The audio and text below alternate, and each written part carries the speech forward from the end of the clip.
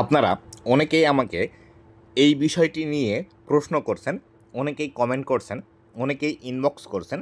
যাদের কাছে আমার হোয়াটসঅ্যাপ নাম্বার আছে তারা আমাকে হোয়াটসঅ্যাপে মেসেজ দিচ্ছেন এই বিষয়টি বলে যে আমার এখানে আজকে কন্টেন্ট মনিটাইজেশন তালা মারা ছিল বা লক করা ছিল, এটি আনলক হয়ে গিয়েছে। আবার অনেকেই বলছেন আমার এটি লক করা ছিল, এটি আনলক হয়ে গিয়েছে। আবার অনেকেই বলছেন এটি আমার আনলক ছিল, এইভাবে লক এই অপশনটি চলে এসেছে। তো বন্ধুরা, এই অপশনটি কেন আসলো, এটি কি কারণে হলো, এই ভিডিওটিতে এই বিষয়টি সম্পর্কে বিস্তারিত জানতে পারবেন। আপনি যদি আমার চ্যানেলে প্রথমবার এসে থাকেন অবশ্যই চ্যানেলটি সাবস্ক্রাইব করে দিয়ে পাশে আসা বেল নোটিফিকেশনটি অন করে দিবেন, যাতে করে ভবিষ্যতেও ফেসবুক রিলেটেড এমন আরও ইনফরমেটিভ কন্টেন্টগুলো আপনারা পেতে থাকেন। আর এখন পর্যন্ত যারা আমার ফেসবুক পেজটি ফলো করেননি, এই ভিডিওর ডিসক্রিপশন বক্সে আমার ফেসবুক পেজের লিঙ্ক দেওয়া থাকবে, অবশ্যই আমার ফেসবুক পেজটি ফলো করে রাখবেন। তো বন্ধুরা, এইখানে যে বিষয়টি আসলে হয়েছে সেটি হলো আজকে ফেসবুকের মধ্যে বড় ধরনের একটি আপডেট এসেছে, যেটি ইন্টারনালি আপডেট এসেছে। কেননা আমরা সকলেই জানি আগামী 31শে আগস্টে কন্টেন্ট মনিটাইজেশনের বড় ধরনের একটি পরিবর্তন আসতে চলেছে। কেননা ফেসবুক আমাদেরকে আগে থেকেই জানিয়ে দিয়েছে যে ফেসবুকের মধ্যে একমাত্র মনিটাইজেশন টুলস হিসাবে কন্টেন্ট মনিটাইজেশন থাকবে, অ্যাডস অন রিলস এবং ইন স্ট্রিম অ্যাড। এই দুইটি মনিটাইজেশন কিন্তু ফেসবুক থেকে চিরতরে রিমুভ করে দেওয়া হবে, যার ফলশ্রুতিতে ফেসবুকের মধ্যে ইন্টারনালি আপডেট হচ্ছে, যেই বিষয়গুলো আমাদেরকে কিন্তু ফেসবুক জানাচ্ছে না।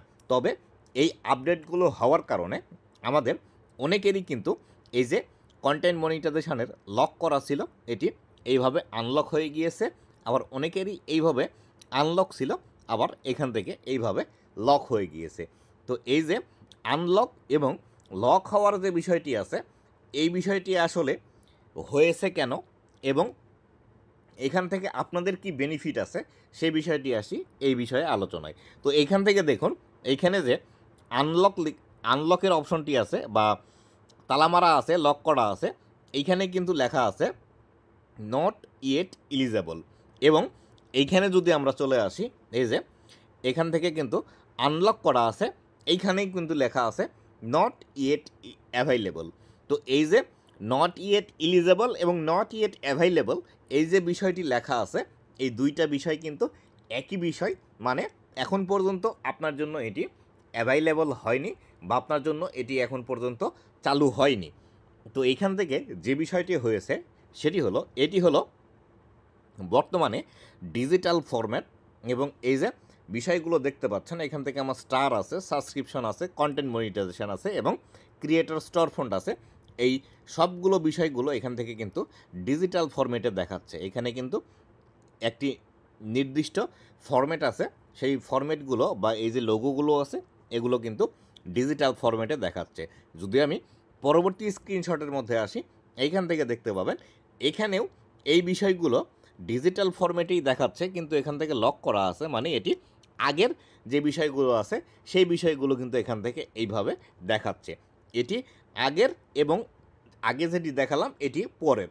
এই যে বিষয়গুলো হয়েছে এটি ইন্টারনালি আপডেট হওয়ার কারণে এটি কারোর ক্ষেত্রে লক ছিল, আনলক হয়ে গিয়েছে, এবং কারোর ক্ষেত্রে আনলক ছিল, সেটি লক হয়ে গিয়েছে।